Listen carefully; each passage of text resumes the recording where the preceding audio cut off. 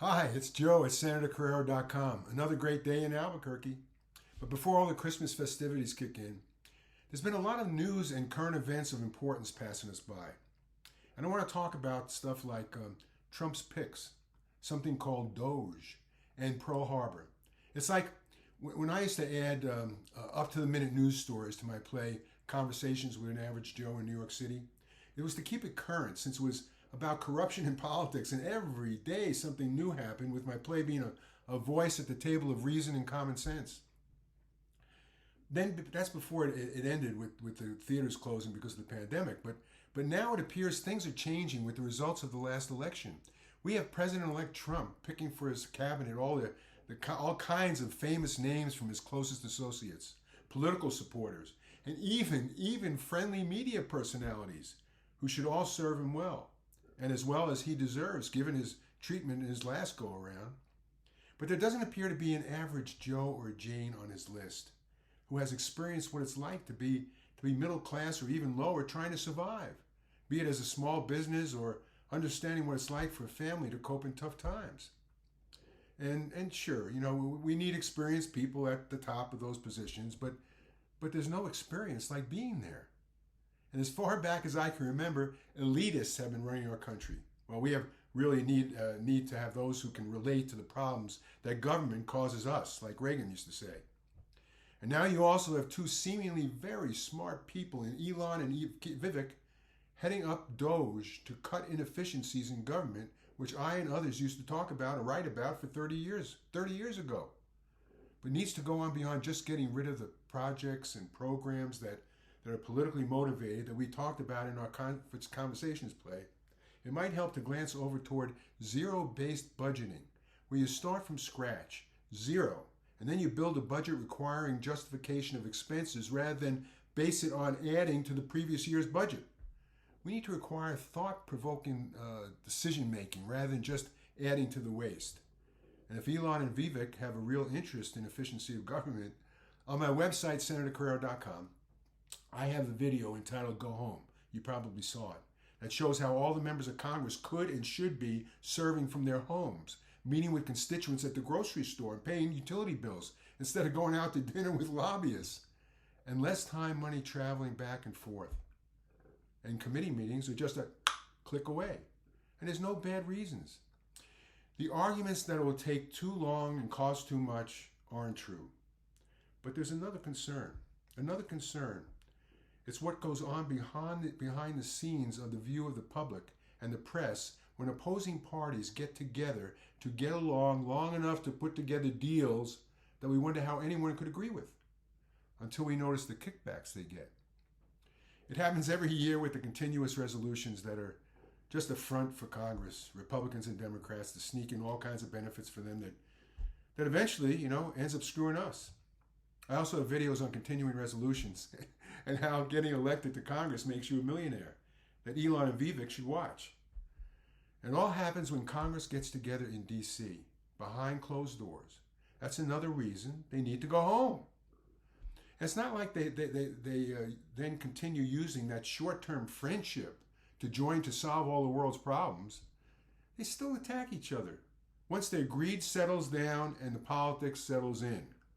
And their attacks have stretched to horrific lies to make political points many times now at the expense of our history, and intentionally demeaning sacrifices that were made for the benefit of all of us.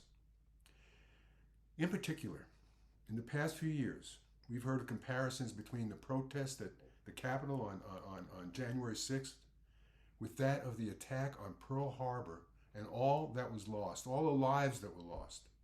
I mentioned in a previous video about veterans, about how my uncle, who served in the Navy as a kid in World War II in the Pacific, could never bear to talk about his experiences, as my family would be watching Victory at Sea on TV with its beautiful music and telling of the conquest of the high seas, when he remembered his buddies on ships that were sunk and how they watched each other drown, knowing that there was no escaping that unimaginable death. Can you imagine those thoughts? And that's why we need to remember the horror of Pearl Harbor.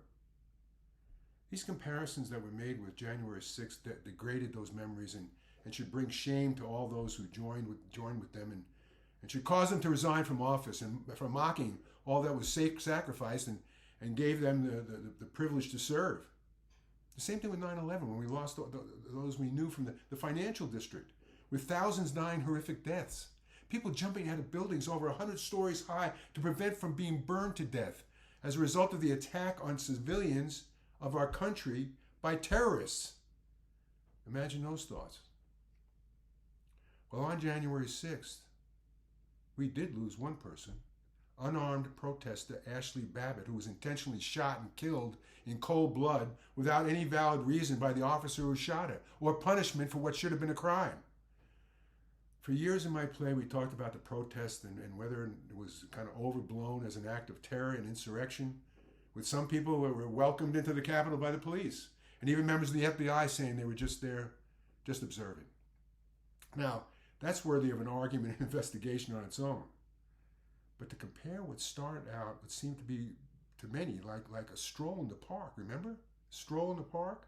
To all those deaths at Pearl Harbor is unconscionable. And to tag onto that 9/11 with the thousands buried in rubble also being compared to the protest at the Capitol?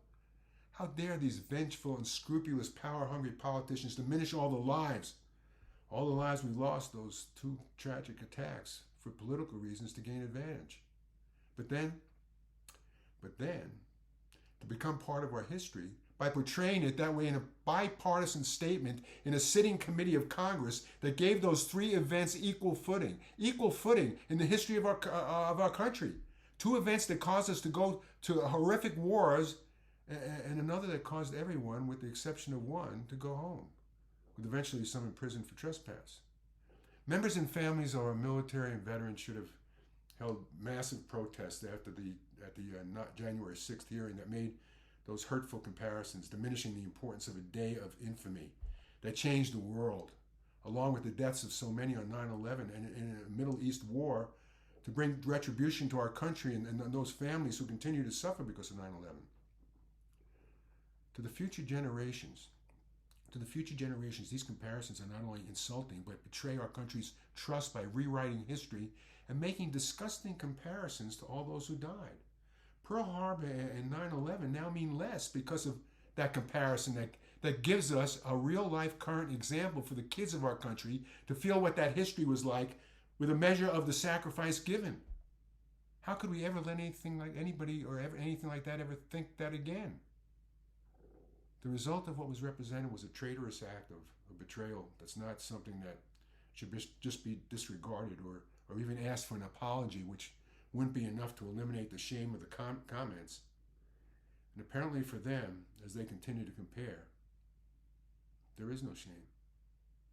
Anyway, these would have been some of the news stories we would have covered if the conversation was still on stage, but it's still up to us to keep a watchful eye, which we do on senatorcarrero.com. And thanks again for listening.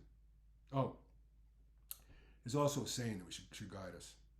Never worry about who will be offended if you speak the truth. Worry about who will be misled, deceived, and destroyed if you don't.